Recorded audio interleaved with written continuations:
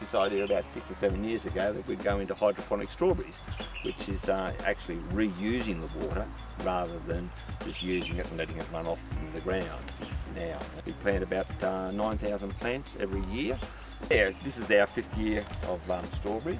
Last year we produced 1.2 tonnes of strawberries, actual edible strawberries, and this year we hope to produce 1.5 tonnes, which is quite a amount. We're up to around about 700 kilos now of strawberries, so we're about halfway through the season.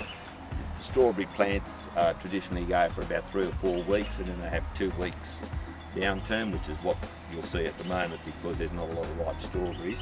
And then they'll have another flush up until Christmas time, and they'll probably have a 3-week downturn, and then go right through until about the end of March, early April. So hydroponic strawberries is a very easy way of growing it because the weeds are controlled.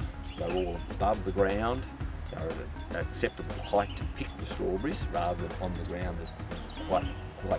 That water is going to be very, very scarce in years to come, and I felt that hydroponic system is one of the best ways to go with strawberries, that you can recycle the water. We don't lose a lot.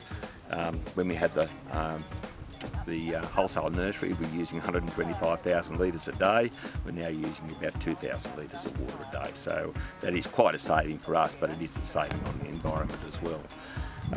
The strawberries, we find that strawberries, we can pick them a lot riper than the normal supermarkets. The supermarkets, as you could imagine, before they get them to their shelf, could be 7 days since they were picked.